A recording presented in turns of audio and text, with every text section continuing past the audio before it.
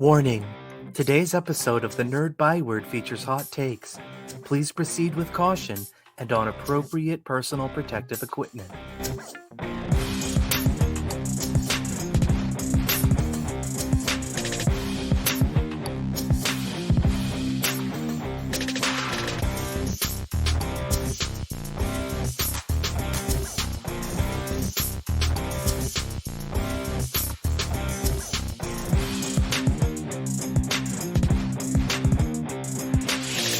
Greetings, nerds, and welcome into the Satellite of Love. Just kidding. Please don't sue us, Gizmoplex. We love you. On today's episode of the Nerd Byword, Dave and I will each be presenting 3 of our hottest takes in hopes of keeping you warm this winter. Wait, it's actually far too warm already. Yikes. Nevertheless, it is now time to get all caught up on the geeky gossip with...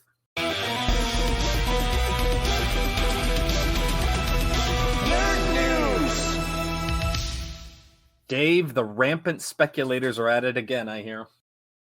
Well, look, I cannot get into nerd news without first mentioning that A, you just talked about the Satellite of Love, and you encouraged me to wear personal protective equipment. So I'm not sure what this episode is going to be all about, but I feel dirty already, and we've only been recording for 60 seconds, so... Yeah, so, No Way Home has come and gone, and now all the online speculation is once again turning its attention to the next movie in the MCU, which is, of course, Doctor Strange and the Multiverse of Madness. Now, the rumors are flying pretty high on social media, with several people who are now considered credible leakers because they guess that... Tobey Maguire and Andrew Garfield will be in No Way Home, now spreading rumors that Mr. Fantastic as well as other Illuminati characters may appear in the movie. And for those of you not in the know, the Illuminati is, of course, a secret group of superheroes, which Doctor Strange was a part of in the comics. Another character to be rumored to appear is X-Men's Charles Xavier. Now, since this is a multiverse movie, those possibilities exist. And in fact, some speculate that these will be previous versions of those characters, not newly cast MCU versions. So we're talking, of course, about, Fox's Professor X or Mr. Fantastic. Which Professor X? Depends on who you're asking on social media these days. Now, unless these characters have been cast for the MCU, I kind of worry about these appearances a little bit. I don't necessarily think that sort of a reprise of previous versions in this particular case is a good idea. It worked in No Way Home to me because there was an MCU Spider-Man that had been established, that the other 2 Spider-Men could basically bounce off of, and there was a contrast between those. But neither Professor X nor Mr. Fantastic have an MCU iteration yet. As far as we know, they haven't even cast anybody yet. So this seems just weird. I also really think, although there were some good things about it, that the MCU can't distance itself far enough from Fox's X-Men movies. Like you need to be on a whole different continent from those movies. There's a real stank hanging over those movies at this point. So we just need to get away from that. And even though it would be fun to see, Sir Patrick Stewart back in that role, for example, I think the drawbacks outweigh the benefits of that kind of guest appearance. So, although the multiverse offers a lot of fun possibilities in this movie, I don't think we need constant reminders of Fox's failed franchises, Chris. What are your thoughts here? Yeah, it's funny. I think back to when we were talking about Age of Apocalypse, and I was making a nerd commendation for it, and you said, well, this wouldn't really land with me until I had a baseline understanding of the characters in the proper universe. Yeah. So if we're going alt universe, and this is supposed to mean something, you nailed it exactly. We understand Peter Parker. There's meaning to that in this MCU universe. Seeing Charles Xavier or seeing Reed Richards means absolutely nothing in this universe. I mean, longtime comic book fans, and film goers will understand it, but based on this frame of reference, it won't land the same way. It won't have anything. And you nailed it as well. The only, and this is as a mutant fan, super fan. The only X-Men film that I can go back to and revisit is X2, the only one. First Class was well done. There are parts of it I like, but I mean, they killed a black character off whose power is literally to adapt to survive, and they immediately killed him like not 10 minutes later. So I can't rewatch that film because that is just inexcusable. And then, you know, anything else from those movies is just hogwash. It's all garbage. Days of Future Past is okay, but again, only one that I even like remotely is X2. And that's why I say, for me personally, take your time with the X-Men in the MCU. I'm not in any kind of hurry. Take your time and wash all of that stank off before you even think about bringing it into the MCU. But I'm over all of this petulant, spoiled child thing that we have with YouTubers and self-branded experts when it comes to rumors and speculation. I'm like the guy that leaked all of the No Way Home stuff. Like, he's trash. Like, I'm so over this. Can we just wait and be patient and watch the movie and just be surprised? Like, as much as I enjoyed seeing the other Peter Parkers, it didn't land like it should have because we already knew. Like, this is like your parents coming and showing you what they bought you for Christmas and then wrapping it in the box, and you have to act surprised on Christmas morning. Like, what's the point? Yeah, you're not wrong there. I think we do have a big problem with leaks these days, particularly coming out of the MCU. You know, whatever happened with, like, you know, actors joking that, you know, Kevin Feige had like snipers standing by to take them out as soon as they opened their mouths about these movies. I mean, No Way Home was one of the absolute leakiest movies ever. You had actors just popping up on talk shows like, yeah, I'm in it, so... You know, especially the returning villains. I know that they were part of Marvel movies before the MCU was a thing, and things weren't as tight-lipped, but somebody should have explained that to them, maybe? Like, that was one of the huge problems with the movie. As much as I enjoyed No Way Home, I knew way too much about it already. Yep. And so I don't want the same thing to happen to Doctor Strange in a Multiverse of Madness, because in fairness, and I'm going to be honest here, man, out of all the movies coming out next year, this is at the top of my list as a movie that I'm most genuinely excited about, because they gave me the ultimate pitch, right? It's going to be a horror movie, in essence, set in the MCU, directed by Sam Raimi, one of the seminal influences on modern horror movies, thanks to his Evil Dead series. So I'm there for this. I want to see Sam Raimi direct a superhero movie again. I want Sam Raimi to bring, you know, something a little horrifying to the table. I'm ready for this movie. Stop spoiling it for me, people. Back off of my Sam Raimi horror superhero movie. Yeah, and not to mention, it also injected for me, the second, for a lot of people, it's their favorite What If episode. My personal favorite was T'Challa Star-Lord, and it just makes me miss Chadwick Boseman that much more. But the second best episode is the Dark Doctor Strange, and just completely leaning into the popularity of that character and making it. And this was probably already decided before What If premiere, but they knew what they had, and leaning into that, and just watching Benedict Cumberbatch just like go full thespian and just be able to play dueling roles like that is going to be fascinating to watch. Oh, I totally agree. I'm all here for this movie, Chris. All right, Chris, what is on your nerd news desk this week? So already easily one of the most anticipated MCU properties of 2022, She-Hulk may feature an appearance by another really good lawyer. How did we not talk about this in No Way Home? Like, this was easily one of the best parts of the movie. As short as it was, yeah, it was fantastic. Right. After a perfect cameo in last month's Spider-Man No Way Home, Charlie Cox's Matt Murdock Daredevil is rumored to be appearing alongside Tatiana Maslany's 6'7" green frame. Those rumors may be substantiated upon re-examining past comments from MCU head honcho Kevin Feige back in December of 2020, which feels like yesterday, but it's actually a long time ago. At Disney Investor Day, Feige said, quote, "Since Jennifer Walters is a lawyer who specializes specifically in superhero-oriented legal cases, you never know what Marvel characters are going to pop up from episode to episode."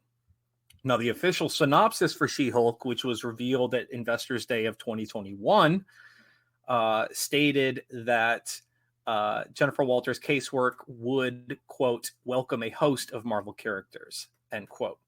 The moratorium of the Marvel Netflix characters, which includes Cox's Murdoch, Kristen Ritter's Jessica Jones, calm down, Dave, and Mike Coulter's Luke Cage, there's another one, but that doesn't matter, has now passed, giving Marvel Studios free reign for the use of these characters once more. See Vincent D'Onofrio's Wilson Fisk and Hawkeye. While an inclusion of Matt Murdock in the She-Hulk series may be a bit on the nose, it's nevertheless fun to speculate the possibilities with such a beloved character in this larger connected universe. Yeah, I'm just going to tell you right now that if he doesn't show up, I'll be disappointed, and that has nothing to do with the rumors. I think this is just such a no-brainer. They just brought Charlie Cox back as Daredevil, and now you need to put this sucker to use, right? He's here, and obviously there is not a Daredevil project announced, so having him guest in various MCU properties is natural. I fully anticipate that he will show up in She-Hulk. I fully anticipate he'll show up in Echo as well. I think that's a natural place for him to show up once that series pops up. So, he needs to be in this one. And really, I think Jessica Jones should pop up in this series as well. As an investigator, there's a very easy tie-in for her to pop up in this world. And I think that the MCU powers that be, i.e. Kevin Feige, would be extremely silly not to lean on some of the more popular elements of those Netflix series. They've already shown a willingness to do so by bringing back both, Wilson Fisk and our friend Daredevil. So totally Luke Cage needs to pop up. Totally Jessica Jones needs to pop up moving forward. These are fantastic characters that have value. And the way they were portrayed in the Netflix shows was really, really good. I mean, the less said about Iron Fist, the better at this point. But good God. But there were plenty of good things that came out of those Netflix shows, and we should certainly not ignore them. If you're willing to bring back Tobey Maguire as Spider-Man, I think bringing back Kristen Ritter as Jessica Jones, bringing back Charlie Cox as Daredevil, these are no-brainers, Chris. Yeah, I will say the one thing, aside from Madame Gao, that I enjoyed that is redeemable about the Iron Fist series is Jessica Henwick as Colleen Wing. And it has been reported that she turned down a role in Shang-Chi in hopes of reprising that character. So if we can bring her back, somebody said make her Iron Fist, and I'd be totally for that. I don't remember much about Iron Fist as a series, but isn't that where we ended? Yeah. The Iron Fist series is that she was Iron Fist. That was like the end of the show. I never watched the second season. So they could pretty much like just pick up right there and be like, hey, look, it's Iron Fist, and just move on with life. But, we'll wait and see approach is what we'll need here, Chris, I think. What I really want, and I don't know if Simone Missick has, passed by the MCU and reprising the role, but if we need to recast, I want a Daughters of the Dragon series. Oh, that would be very, very much fun. I would totally get behind that. One of my favorite things about the Amazing Spider-Man. I'm reading Amazing Spider-Man just for Daughters of the Dragon content right now, honestly.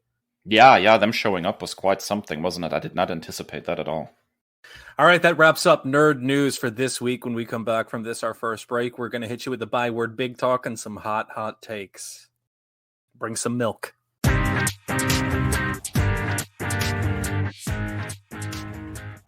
All right, we are back for this week's Byword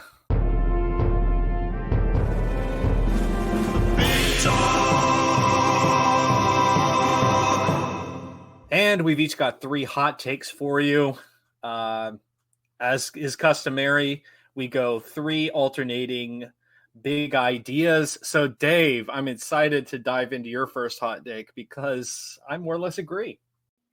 Yeah, so I had the last week or so kind of a tough time on a personal level, and I decided to dive into some comfort food to make me feel better. And that comfort food was rereading the story of Ultimate Peter Parker. So I read, the Marvel team-up issues. I think it was called Ultimate Marvel Team-Up. I reread the entire run of Ultimate Spider-Man all the way up to his death. And then I jumped ahead a little bit in Miles Morales' run to check out the story of his return. And then I jumped into both Spider-Man 1 and 2, because the shadow of Ultimate Pete kind of looms large in those two miniseries. And after reading all of this, I have to admit, it totally holds up, and I still have a really, really special affinity for Ultimate Peter Parker. At the time when Ultimate Spider-Man debuted, I had kind of lapsed from reading comics, but the launch of Ultimate Spider-Man brought me back into the fold. And I've come to the conclusion, after rereading his entire story now, that it's time for him to make a comeback. I think that in many ways, Ultimate Peter Parker is as interesting, if not more interesting, than 616 Pete. And I think we're just at the perfect time to do something about that, to bring him back into the fold. A teenage Peter Parker set in modern times, it resonates with people. I mean, just look at the MCU movies. These were all, high school set Peter Parker stories, and they've been tremendously successful. So there is room for a teenage Peter Parker series. And at the same time, I think this would also allow us to stop maybe Peter Panning Peter Parker in the 616. Let the man grow up a little bit instead of always being a man-child, because then you have basically two versions of Peter. You have the grown-up version in 616 that gets to move forward, and then you have the teenager in an ultimate version. So basically, my proposal is very simple. Progress Peter Parker in the 616 and bring back Ultimate Peter Parker so fans can have their cake and eat it too. The Ultimate Universe also killed off a huge number of characters. Thanks, Jeff Loeb. That does create a possibility for a very different take on the Marvel Universe. One that's more than just a slight update or imitation of the main continuity, but something that can tread, really new ground and do bold things besides, just randomly killing a bunch of people. Thanks, Jeff Loeb. So just to recap here, because this is all fresh in my mind, having just reread it. Ultimate Spider-Man was a retelling and reimagining of Spider-Man's origin and his teenage years. It was set in a separate Ultimate Universe, which of course had many other series, including the Ultimates, their version of the Avengers, and so on and so forth. Peter died at the end of his own series, and this incident then launched into the creation of Miles Morales as his successor. Now, during Miles' series, it was revealed that Ultimate Peter Parker came back to life thanks to the spider bite that made him Spidey. He rode off into the sunset at the end of that storyline with MJ to basically find himself and to figure out what his return means. And he gave Miles his blessing to be the Spider-Man of the Ultimate Universe. Flash forward, we have multiversal shenanigans, and Miles is folded into the regular 616 Marvel Universe. And for all we knew as readers, the Ultimate Universe had been destroyed. Now, at the end of the miniseries Spider-Man 2, it is revealed in sort of a 6 to 8 page sort of epilogue that the Ultimate Universe actually still exists and that Peter has returned to the role of Spidey. And this is where we're at. So just bring him back already. We only need one monthly series. Call it, we had Ultimate Spider-Man and we had Ultimate Comics Spider-Man. So why don't we call this Ultimate Universe Spider-Man? It can serve as the return of Peter Parker in the Ultimate Universe, teenager, and an exploration of the Ultimate Universe's new status quo through his eyes, which I think would be really interesting. We can have various, Ultimate characters that people were fans of that kind of come in and out as guest stars, so he can, touch base with them. And finally, we have one of the absolute best takes on Spider-Man back in a monthly series. And as I mentioned earlier, we can maybe progress Peter Parker into 616 forward a little bit and stop trying to perpetually have him as this 20-something man-child. Chris, your thoughts? Yeah, wholeheartedly agree with this. And it's really a frustrating thing that Marvel is so non-committal with any kind of development. It's crazy because, one of the popular jokes to make at DC is that they reboot, things regularly or whatever. But, Marvel in a lot of ways does the same thing without formally doing it. So we just keep doing this whole snake eating its own tail. And there is no character that experiences that more than Peter Parker, as undoubtedly their most popular character mainstream wise.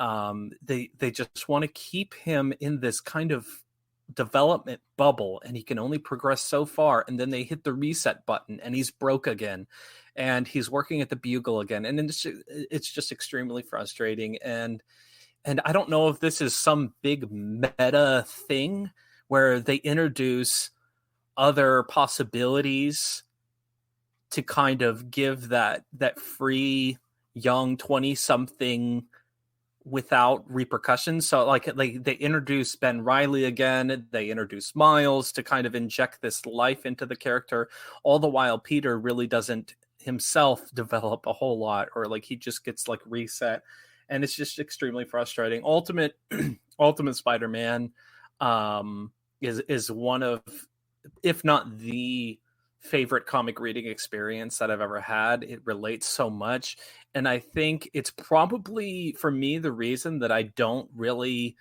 go back to Tobey Maguire's Spider-Man and the Raimi verse or the Raimi films as much as other people do, because it's not what I want out of a Spider-Man, adaptation. I think a lot of, particularly Spider-Man 1 and 2, Spider-Man 3, the less said about it, the better. 1 and 2 are straight pulled out of, if not Lee Ditko, definitely the Lee Romita. I mean, Spider-Man 2 is a direct lift of Amazing Spider-Man 50 and the Spider-Man No More arc. And so it feels encapsulated in that time of the 1970s, and it doesn't feel relatable to me. And that's why I relate so much more to Andrew Garfield's Peter Parker or Tom Holland's Peter Parker, because it's not stuck in the 1970s, a period that, was nearly 20 years before I was even born. So that doesn't apply to me. And so Ultimate just lands so much more. And, it should not be, we should not be relying on like alternate universes, like Renew Your Vows or Dark Ages to see, Peter Parker progress, as a person, to get married and have children or do anything that is remotely forward moving. And so I would be all for it. There have been some hints that the Ultimate Universe is still alive and kicking also in Miles' book, which, again, I've nerd commended it before 2 or 3 times. Read it again. Saladin Ahmed is killing it on that title. Also killed it on his issue of Amazing Spider-Man. So, so maybe there's some carrot to this stick. I certainly hope so. And a lot of what you talked about character progression is going to come into play in my next hot take, which may not be so much hot as perhaps lukewarm, but we shall see. In the meantime, Chris, you have a very, very interesting hot take. What is your first hot take? Digital comics should be cheaper, and they are the preferred method. I went through this phase recently where I started buying floppies. I started going to the comic shop and buying physical comics. And then after a couple of months going every week, I noticed that my bank account was exceedingly depleted. And then I had this large moving box full of comics that I had already read. And now what do I do with them? And it's one thing if you have like a special collector's item, if you have an Amazing Spider-Man 300, or if you have an Ultimate Fallout 4. But what do you do with like an X-Force number 7 or just random issues, and you don't have a complete run? Like if I had like the 2019 X-Men run, if I had issues 1, 3, 5, 7, and 9, like, what do you do with that? Like, so maybe you can post them on eBay or something, but like now they're just taking up space in my room and I don't have anything to do with them. So it was a very short-lived quarter life crisis, I guess, to go and buy physical comics. So I'm a bit of a Johnny-come-lately when it comes to reading comics. My first actual comic reading experience that was extensive, came in my early 20s. When I purchased Marvel Unlimited for the first time, and I just binged so much.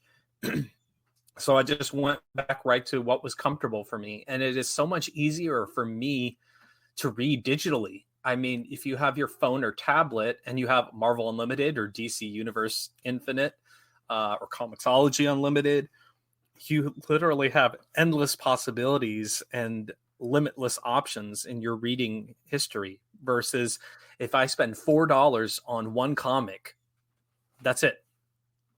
And now, you know, Marvel has been kind of slick with this thing where if you buy a physical comic, you get a digital code of the same comic, which is nice, and you can send to a friend as a little gift or something.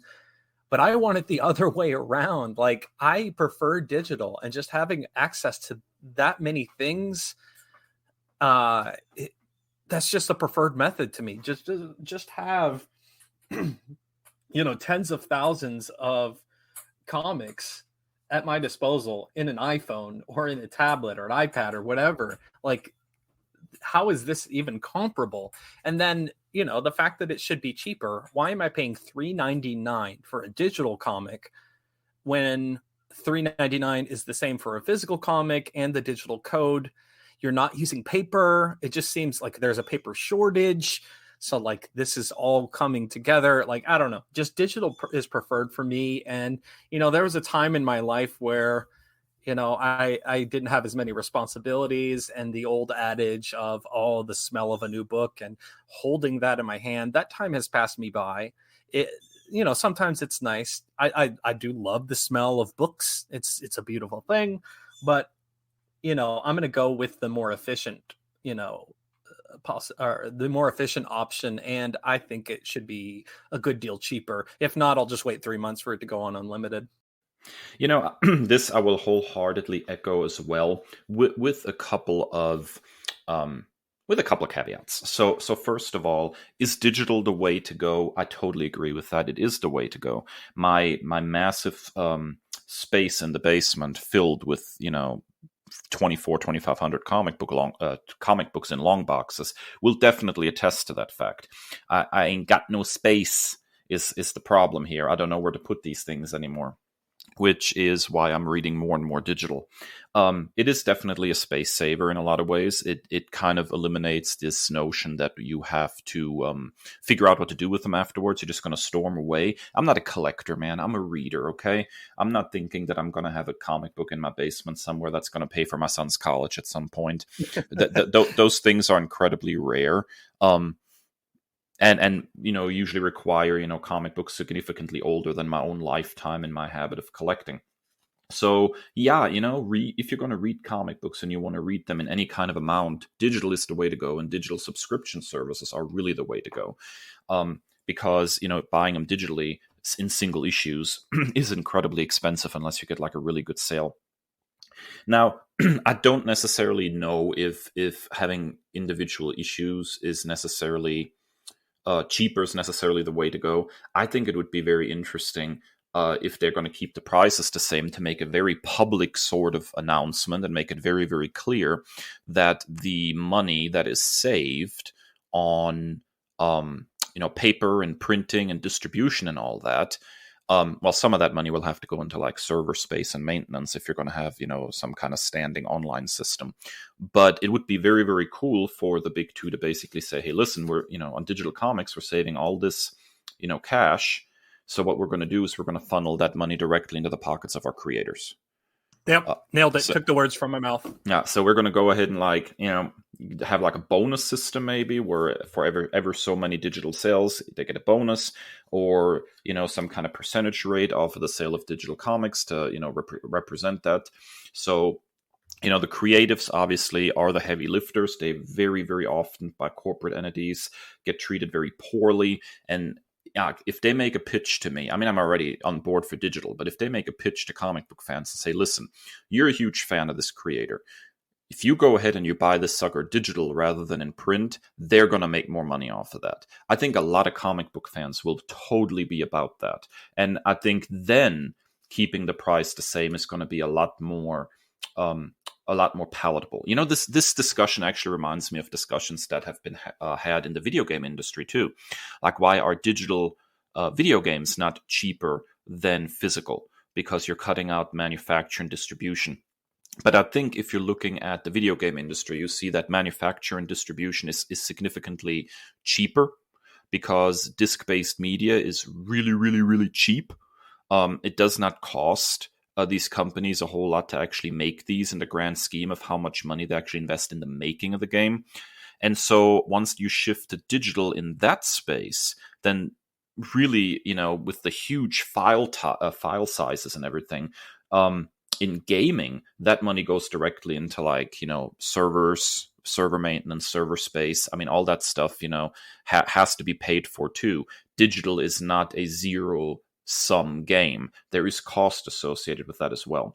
But comic books are such a smaller file situation. So yeah, now that I'm kind of working through this whole thing in my mind, I would say the two best ways to go if you want to make a splash with readers is A, make the digital comic cheaper, or B, say that you're passing on your windfall directly to creators. And I think that either one of those would earn a lot of goodwill among readers. Now, I will freely admit that it probably will not earn a lot of goodwill among comic book shop owners, who probably wouldn't like either one of those notions. But yeah, man, I'm just a digital guy too. The space issue alone, Chris, is just absolutely ridiculous.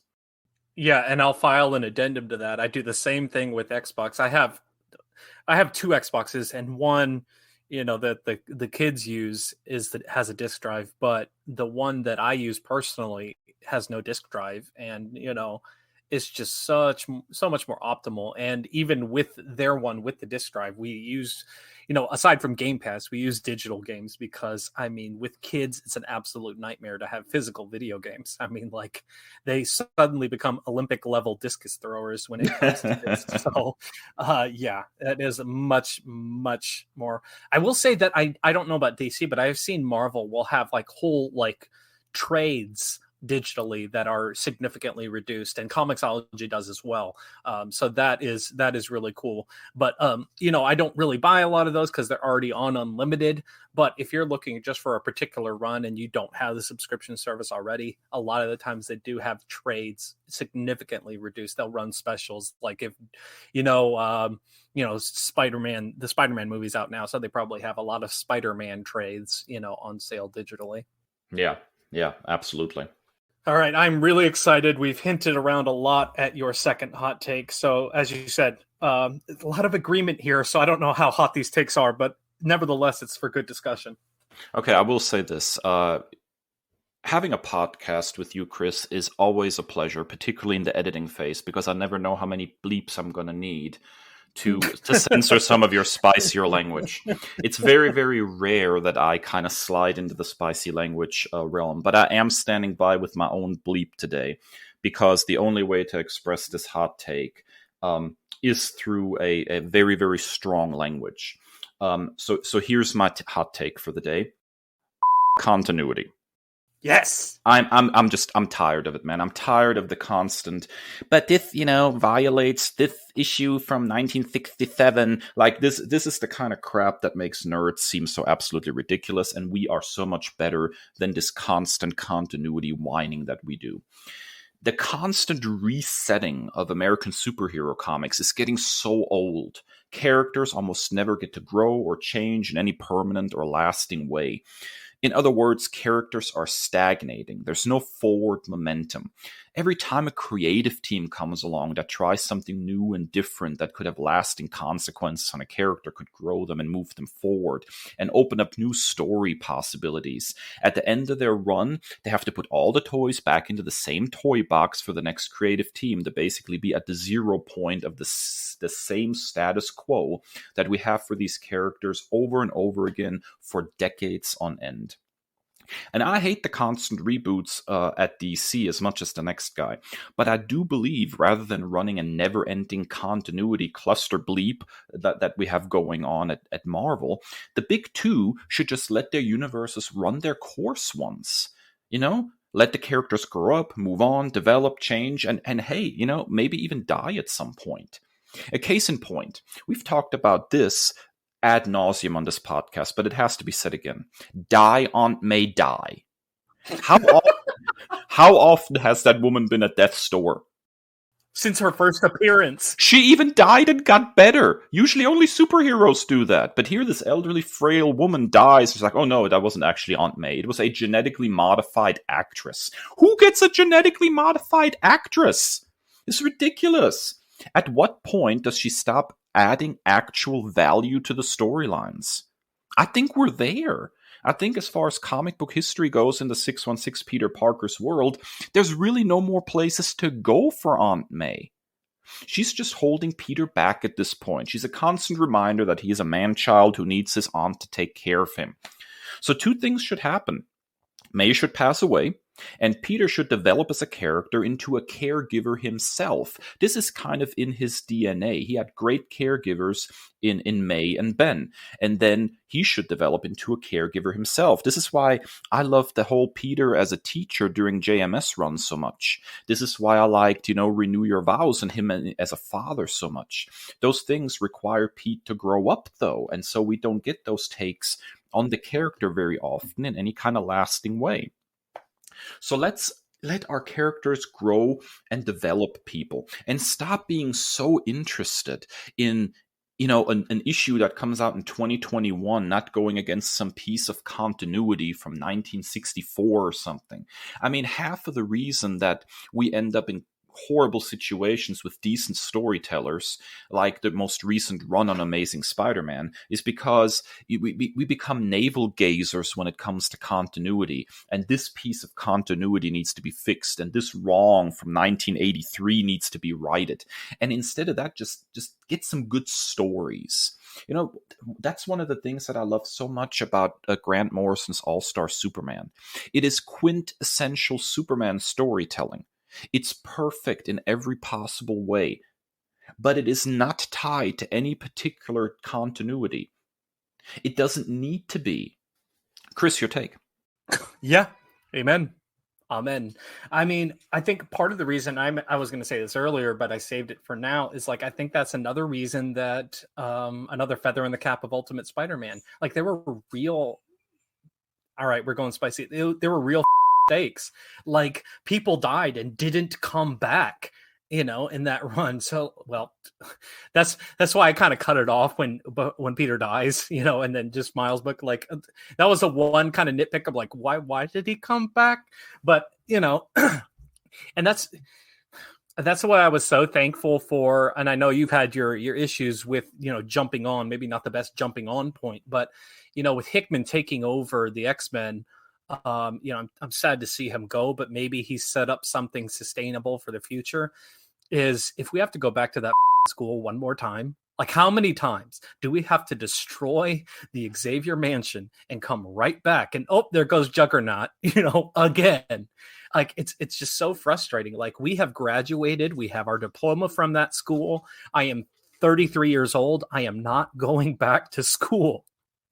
Can we please do something else? The fact that you say that on the eve of both of us going back to school is absolutely hilarious to me, Chris. But yeah, so I mean, it took a complete paradigm shift. They had to create their own country, and to have and I also say, I say that at the same time with a team up book like the X-Men, it is much easier to get character progression and not all the toys and back in the box as other books, like a solo book like Spider-Man, because that would really be a Herculean task, to take all these characters and get all their little ducks in a row versus one character. So yeah, I'm right there with you. And it's just frustrating. I think to me and this ignores the problem of the larger shared universe and how that leads to additional issues. But I think continuity is fine within a given creative team's run. Obviously, having long form storytelling and having, issue 54 not violating issue 24 makes perfect sense. But, once a creative team is gone, I don't see the need to continue the same quote unquote continuity. Just let people tell stories without being so concerned, about whether Catwoman's costume has a tail this month or not, for example. It's just I just don't give a crap. Just give me good stories, man. That's all I care about. All right, Chris, your second hot take for our app. What you got?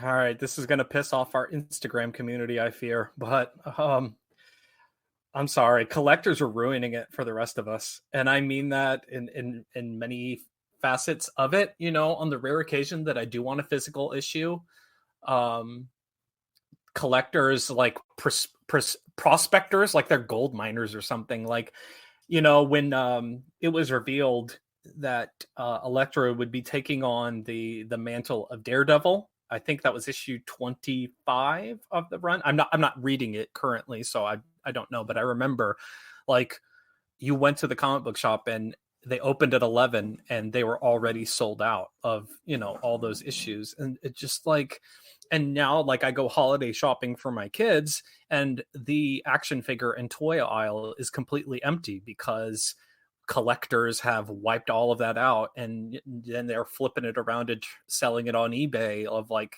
like one of the biggest eye roll things for me is like re-releasing, and it's fun nostalgia. You know how I feel about nostalgia, but like re-releasing these classic action figures only for them to be snatched up. So if there's like a classic action figure or a series from my childhood that I want to pass on to my children and, play action figures with them, I can't, because some 48-year-old neckbeard has already snatched it up, and there's nothing for me to buy for my kids for the holidays. So it's incredibly frustrating, and collectors need to get over themselves. I'm sorry.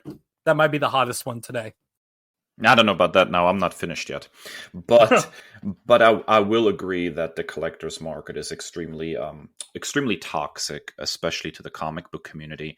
I mean, it was the collector's market that in a lot of ways basically crashed the market back in the day, because it was just not sustainable to keep, all this variant cover crap going, gold foil, tin foil, whatever. It just... Tinfoil is actually quite apropos for them. Yeah, I'm just over the whole foil thing. Like, I'm over many things when it comes to the collector's market, and really, I'm over people anyways who go to a store specifically to buy something just so I can sell it on eBay for twice the price. Like the whole thing with the Switch when it first came out and how it was almost impossible to find it because of, scalpers. The whole problem. We're still waiting on that. We're still waiting on that with the PS5 and the Xbox Series X. You're not kidding, man. It's absolutely ridiculous. And all because somebody walks in a store and buys all 5 of them that are there and then flips them for double the price on eBay. Like, as far as I'm concerned, I'm never, ever, ever going to pay a dime over retail for a video game console. Like, you will not get me with this crap. I can wait. I have many a console and many a game that I've not played yet. So, and they're still making new games for the Xbox One, so I'm good. Yeah, all good here. So yeah, I totally agree with what you're saying. I think there's a real problem with the effect that collectors have on comic books in particular, and ultimately, it again takes away from like the story. Right? Because suddenly it becomes more about this character is going to be on the cover like this, and you need to get this because it might be worth something. Or this character is going to be in the MCU, so you better get this issue. It's just that crap has absolutely no bearing on storytelling and art. And those are the things that I come to the table for when it comes to comic books. Is I want good storytelling, I want good art. Those are the things that keep me going. And all the other stuff is just noise, Chris. Yeah. It's just frustrating, and they look at you like you're crazy when you say that you're a reader first. Yeah, absolutely. Like, you actually read this stuff? No, I just have it, in, and as soon as they buy it, they send it off to CGC or whatever. Like, it's crazy. Like, I feel like that one meme of the guy that's like the cat that's trapped in the convenience store or something. He's like, I'm going to get you out of there. Like, how do you have a brand new comic book issue already encased in a slab? Like, it's like imprisoned. I hate it. Yeah, it's frozen in carbonite, Chris. Brand new. It's one thing to have a comic from 1962 that is in a slab and it's graded. That's wonderful. But one that came out this week, you already have it slabbed up. What the hell? Yeah, no, I agree. All right, I'm excited to dive into this last one and see where we go. I'm going to be completely honest. I'm not even sure where I'm going with this. Like, I have some thoughts, and I'm not saying that this is even like my last word on this issue. I'm evolving, let's put it that way, but this is a hard one. I don't think it's as cut and dry as some people in the social media sphere make it out to be. So longtime listeners know that I've dabbled in writing comic books and various other media over the years. And there are two items that I keep on my writing desk, sort of a reminder of who I want to be as a writer. I have a TARDIS and I have an IDIC, an IDIC. Now, for those of you that don't know, the TARDIS is the spaceship in Doctor Who. It looks like a blue police box. That show, to me, is one of the more bonkers things that I've ever consumed. And, like once you ride dinosaurs on a spaceship, everything is just kind of on the table. Anything goes at that point. And so I have my TARDIS there to remind me to be as inventive as possible anytime I write. And the other thing that I have is, the IDIC, the IDIC from Star Trek, which stands for Infinite Diversity and Infinite Combinations. And in the Star Trek universe, it's the basis of Vulcan philosophy. And so that's sort of my philosophy of storytelling. I try to be as inventive as possible, and I try to think of as, infinite diversity and infinite combinations in my storytelling as possible. I have noticed a recent trend in the last few years, particularly in comics with the big two, that people of a certain background or ethnic group should write the characters that share that ethnic group or background. One of the great examples that comes to mind and was a really, really good run, thank you for putting me onto it, is, of course, Ta-Nehisi Coates on Black Panther. In acting, we're seeing a similar trend, with efforts to include people of certain backgrounds or with certain disabilities in roles that reflect those as well. Alaqua Cox, who was born deaf, for example, played Echo on Hawkeye. And of course, Echo is a deaf character. Now, I really applaud this trend. I'm a firm believer in representation and inclusiveness. Those things are super important to me. This kind of trend provides, creative opportunities for members of groups that are often overlooked. It lends authenticity to the creative works. It's just good policy overall. In the realm of writing in particular, as somebody who's dabbled, there's a flip side to that worries me. The more vocal corners of social media seem to increasingly imply that a story featuring any character that has a defining trait, whether that be ethnicity or disability or anything like that, cannot be effectively written by somebody who is not a member of that group. And that troubles me because of my general feeling about writing and what it represents.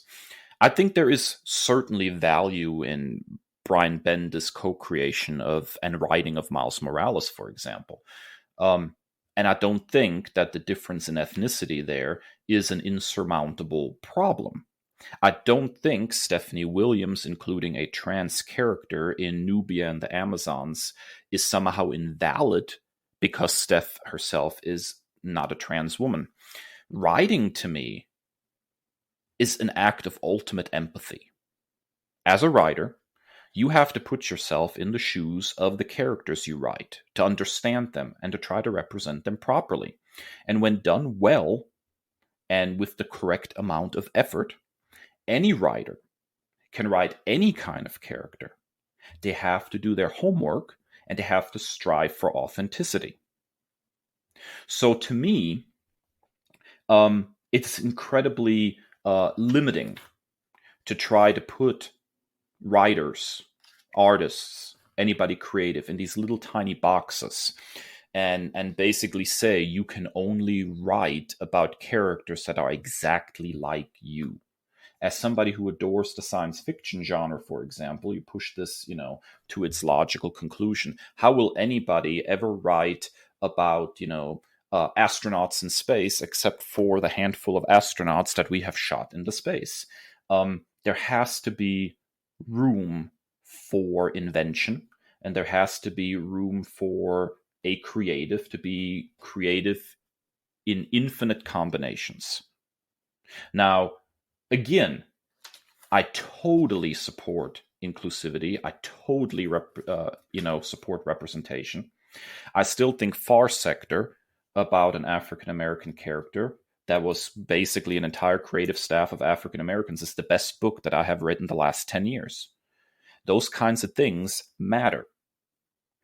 But I also don't want to sit here and impose these limits as sort of a blanket.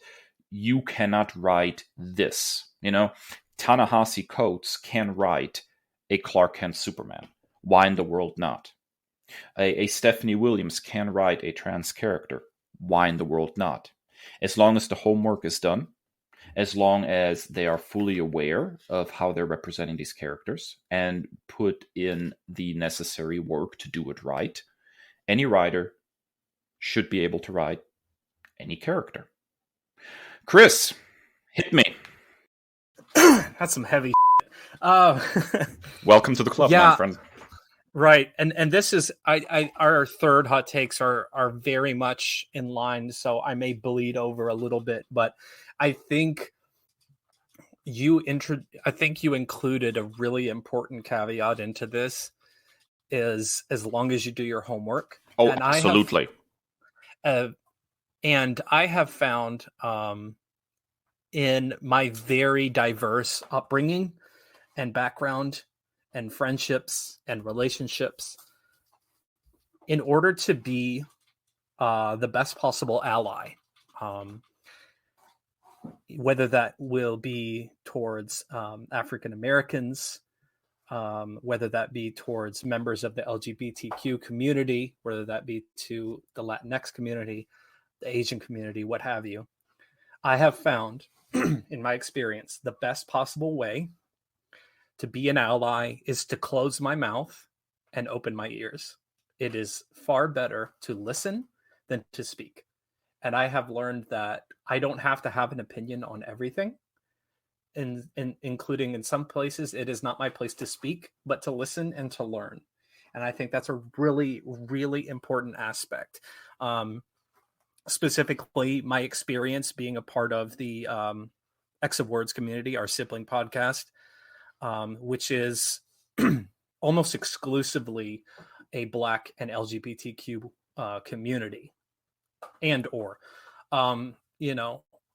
am the only cisgendered, heterosexual, white male of that group. The rest of our family is either Black or queer or a combination of the two. And it has been an absolute privilege just being a part of that group, being in that room, so to speak, whether that is a group chat, whether that is, a Google Meet, a Zoom meeting, or, a podcast episode, just learning and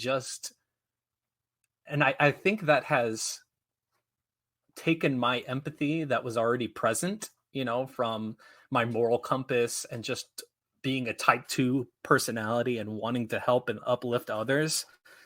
And that has helped emphasize that and extrapolate that to the nth degree, just because I've learned so much and I thought I was doing well.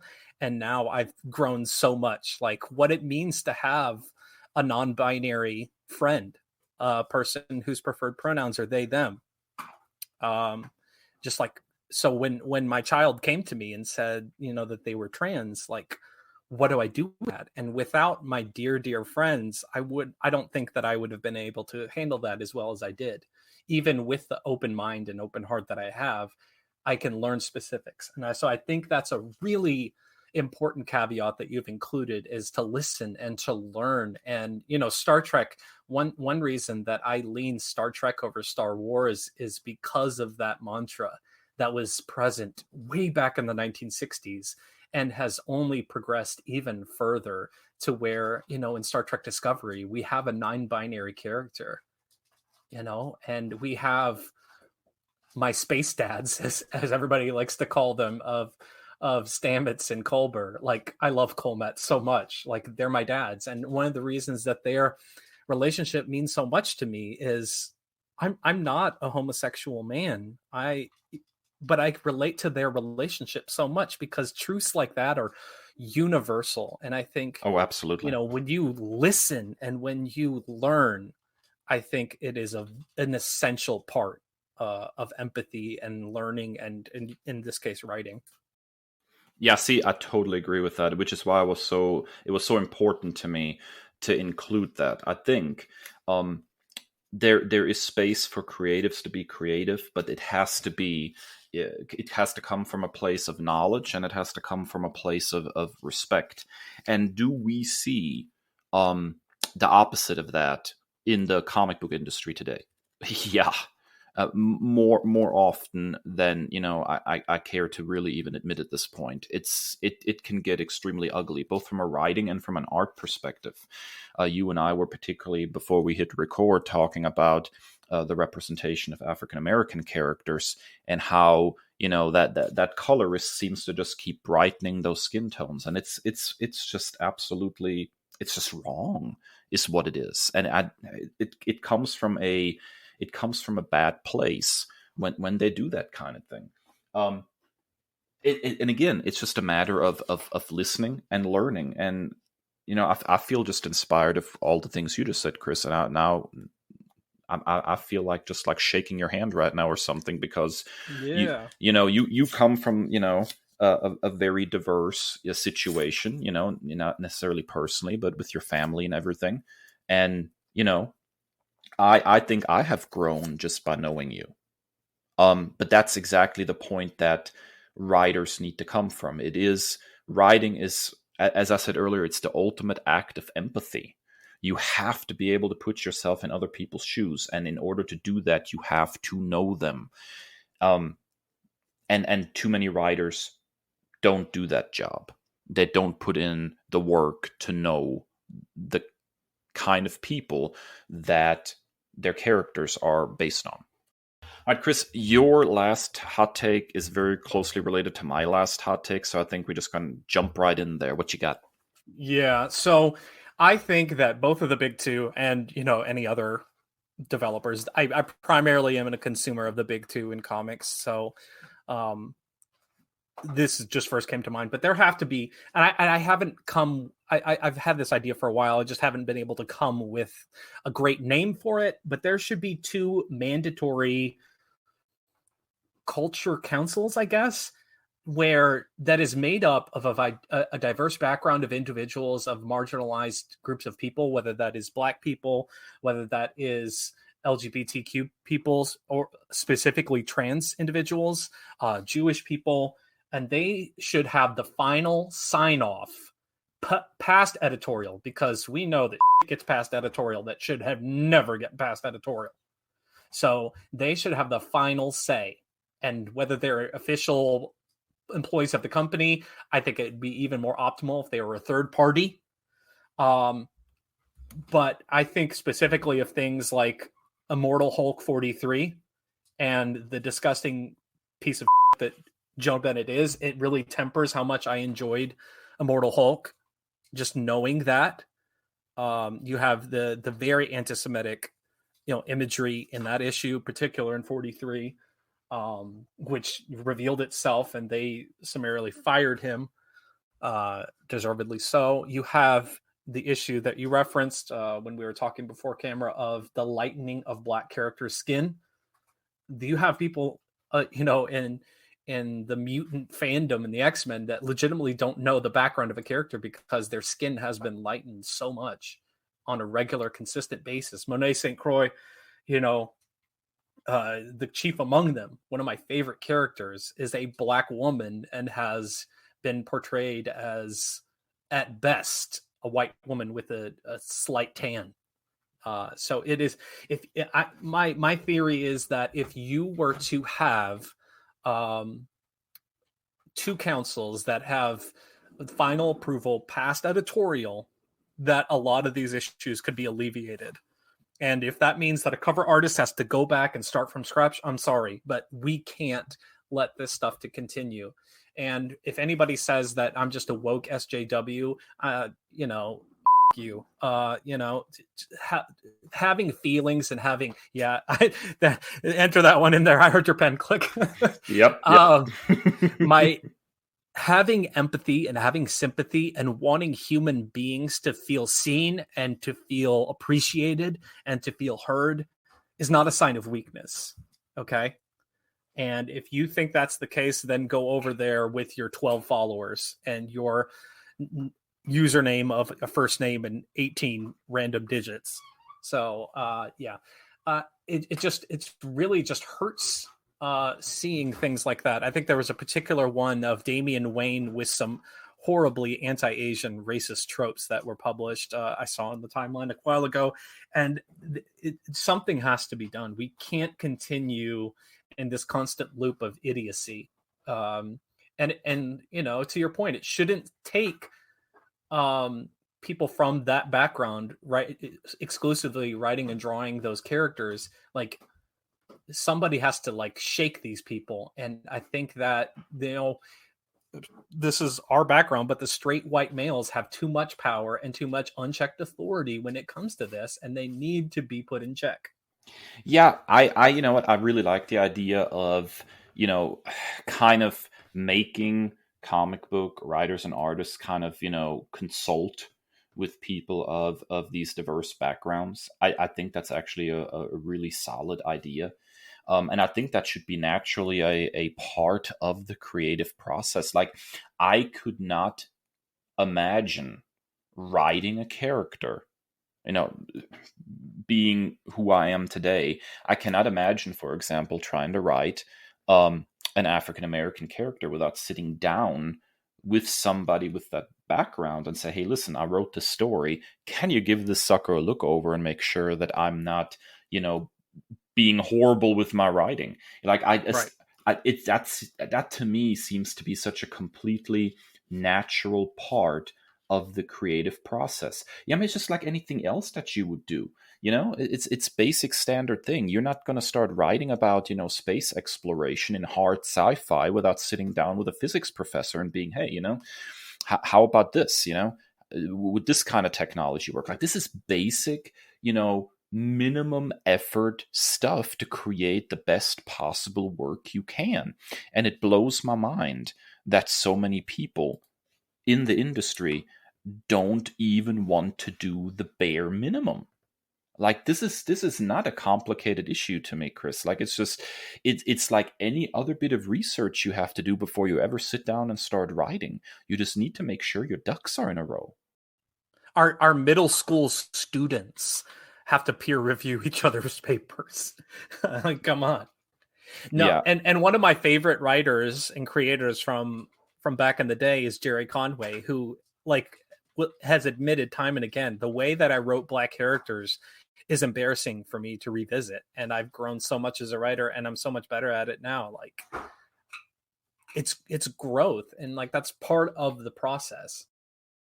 Yeah, absolutely. I totally agree with that.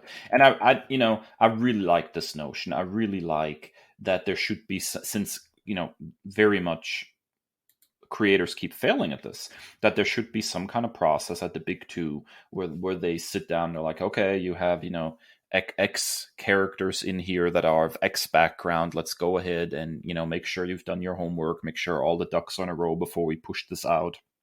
And, I mean, this is the kind of stuff that completely embarrasses a company. Like, when we were talking about the Hulk issue, what is it, 42, 43?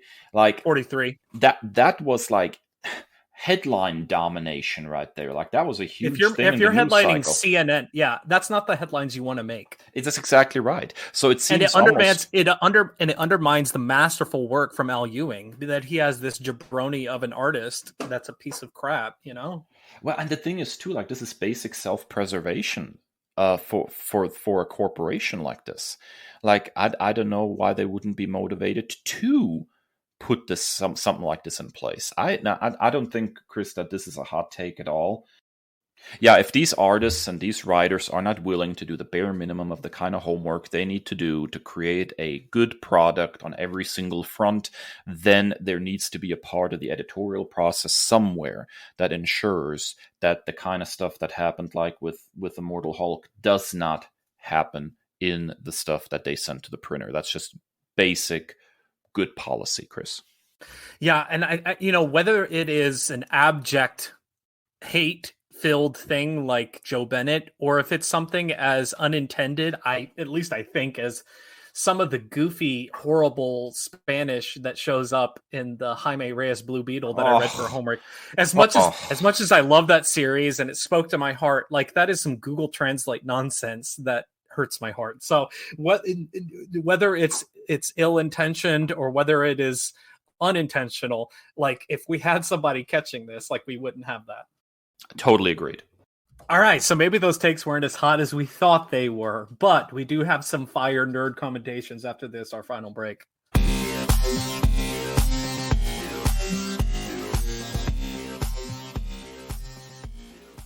All right, Dave, we are back for our final segment. You know it as our...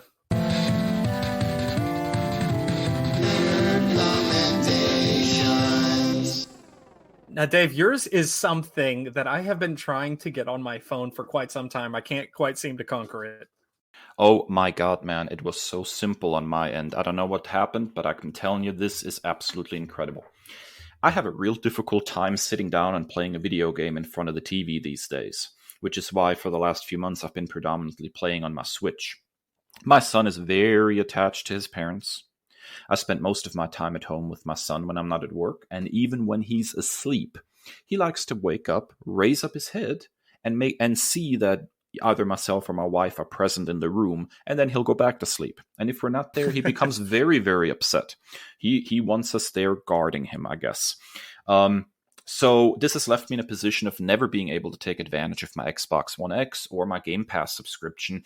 But that's all about to change because I have figured out how to go mobile with my Xbox. No, I'm not wheeling a TV from room to room. Xbox has this really, really cool setup called Remote Play, and it is fantastic. Essentially, I install an app on my phone or tablet that allows me to play my Xbox games remotely while both devices are on the same network. So the game technically still plays on my Xbox, but the remote play function streams the image using my internet connection to my mobile device. The power of Xbox in the palm of my hand. So I set it up a couple of days ago, and so far it's working like a charm. I can use my Xbox controller and a pair of headphones, and now even while my son is sleeping, I can do some gaming. I've really missed the benefits of my Xbox, Chris, and really of Game Pass. I've not turned on my Xbox in almost a year, and I had to install so many updates. There's still 30 games that haven't been updated yet on my Xbox. But, I've also added several games to the queue that have been added to Game Pass that I didn't know had been added. And there's some really exciting stuff that I've missed out on over the last year. And so the idea that I can prop up my iPad and whip out my Xbox controller and, maybe check out the new Halo Infinite campaign or play, an RPG or something that I've missed in the past is super exciting to me. So, kudos once again. I know I'm a fanboy when it comes to Microsoft and Xbox. Their work is just fantastic. There's so many cool things that they're doing that are so gamer friendly, and remote play is definitely one of those things. I am in love with this function, Chris. Oh man, I finished Fallout 4, which I nerd commended a couple weeks ago. Fallout 76. It's like a Red Dead Redemption Online, but if you're a Game Pass Ultimate subscriber, you get a free month of Fallout First, which is ridiculously priced at $16.99. But it does give you this private world where you don't have to worry about other people. And I will say that Fallout 76, it is not as intrusive of an online gameplay as it has been on other ones. Now, the constant live, not being able to pause is frustrating, but I'm enjoying it probably the most of any constantly online gameplay. So Fallout 76, this is a bonus nerd commendation, but I need to figure out how to get this remote play. I don't think I have my Xbox attached to my phone. Maybe that's why. Well, so the way it had to be set up, here I can give you a crash course. I did some reading on Xbox support site. So you have to turn on your Xbox, you have to go into the settings, and you have to turn on the remote play function. And the Xbox has to be set to instant on, which basically means that it's kind of when you turn it off, it's just in a standby mode, so it turns on fast.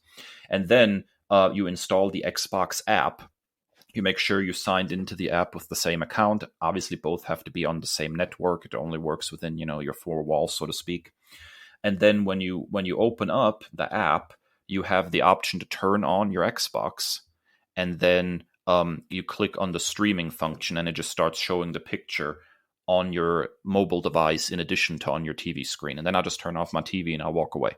Nice. Okay, so that makes so much more sense. I was just trying to I went straight to my phone. So maybe that's why. Yeah, that might be that function is just not on your end, on your Xbox. All right, Chris, what is your nerd commendation for today? All right. I finally done it. I have finished it. I've been teasing it for months. I have completed my Al Ewing Marvel run, with the exception of a couple of titles that didn't really interest me, I guess. Maybe I'll go back and visit them, but I have completed the Al Ewing Marvel run, and I can easily say that Al Ewing is the writer right now. He's the best in the game, bar none, no comparison. Sorry, Hickman. He has been surpassed by Al Ewing. So I previously nerd commended Mighty Avengers. So that's where I started. I skipped the Loki series. I'm not a huge Loki person. Maybe I'll go back and visit that because I've heard good things about it.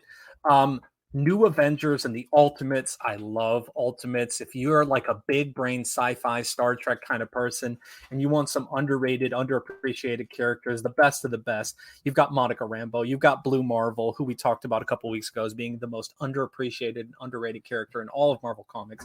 America Chavez, get ready for her appearance in Multiverse of Madness. Your girl Carol Danvers is on there, and my boy T'Challa is there. So Ultimates 2, and then we go into like New Avengers and US Avengers, which Roberto da Costa is just flexing on everybody there. So just super cool stuff. He does some Inhumans work that I did not read, but New Avengers and US Avengers, Roberto da Costa is one of the billionaires that I can actually vibe with. He basically buys AIM, one of the the quintessential adversaries of the Marvel universe, and turns them into Avengers idea mechanics, and then just uses all of the resources of AIM and the scientific stuff for good. And so like that's fascinating and a big flex. One of my favorite characters in all of comics, Roberto da Costa, Sunspot, get on his level. And then as I said, Ultimates 2, excuse me. And then the masterpiece that is Immortal Hulk, which is just ineffable. It's wonderful, except for Joe Bennett. He's a piece of trash. Which, crazy enough, like the first couple of issues take place where I grew up in South Dakota and Minnesota. So that was trippy. They're at the Sioux Falls airport. That's weird. A really cool just little run that you can jump into in Avengers, that it was co-written with Mark Waid and Jim Zub. So I know you're a big Mark Waid guy. This is the No Road Home series that is really, really fun. And then, as I said, Immortal Hulk kind of goes in the same way. And then I got a hot take. Here's another hot take. I think I enjoyed his Guardians of the Galaxy run more than Immortal Hulk. It's just big and expansive. It's fun. I think it's an improvement on the Guardians of the, like, I think it's better, especially Star-Lord is much better in this version, this iteration of the character. Just like a super quirky, weird space journey. And then follows up with one of the best events of the year, the Final Annihilation, where the Dread Dormammu takes over and possesses Ego the Living Planet. So that's super kooky and crazy, like all the cosmic stuff you could hope for. And then, of course, Sword, which was one of the best Marvel, or one of the best X books. I did not read Gamma Flight. I may go check back on that one. It kind of ties in with Immortal Hulk. And then I've read 2 of the issues of The Defenders, and I think the 3rd issue came out recently. I have to check that one out. But the art there on Javier Rodriguez is just mind-blowingly good stuff. You might remember that nerd commendation. I think it was my first or second ever nerd commendation of history of the Marvel Universe. So some of that beautifully kind of kaleidoscopic art, but just like the universe building that Al does, I mean, you can find a great reading list on Comic Book Herald, which is a previous nerd commendation, for a complete read through. Again, some of these titles I did not jump into. I haven't read his Venom yet that he's writing with Rom B, but everything that I have read by Al Ewing is masterclass, and I love what they're doing, and I can't wait to read more Al Ewing in the future. Now, I will freely admit the only one of these books that I've read is Immortal Hulk, and it was such a mind blower to me. Like, it was just so very good. I'm definitely going to be tackling more Al Ewing in the near future. I'm very interested in the Ultimate stuff, just because I'm such a huge Carol Danvers fan, and I think there's some lesser known characters, or at least characters on that team that I've not encountered often before. So I think that's probably where I'm headed next after I wrap up my Chip Zdarsky Daredevil catch-up run that I'm working on right now. Oh man, there's so many good comics to. I still have to dive into that one.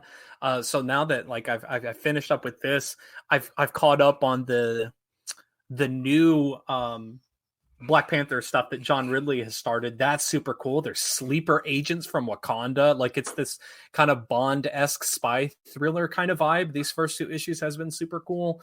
Like, there's so much good stuff out there right now. Yeah, absolutely, man. All right, that wraps up another episode of the Nerd Byword. We hope you had a great holidays, and we are looking forward to a great 2022. Hey guys, Spotify now has ratings available. So whether you're on Apple Podcasts or Spotify, give us that 5-star review or rating. We're also available on the TuneIn Radio app, Amazon Music, or nerdbyword.com. And if you like what you heard today, or you didn't like some of those hot takes, find us on social media and let us know. We are available on Twitter and Instagram at NerdByWord, and individually at ThatNerdChris and at ThatNerdDave. We look forward to interacting with you and hearing maybe some of your hot takes. And as always, stay well and stay nerdy. The Nerd Byword is written and produced by Chris and Dave, 2 nerds with a love of all things pop culture. The podcast features music by Al Jimenez, with additional drops composed by Joe Biondi. Our show art is by Ashery Design. Find us at nerdbyword.com and wherever podcasts are available.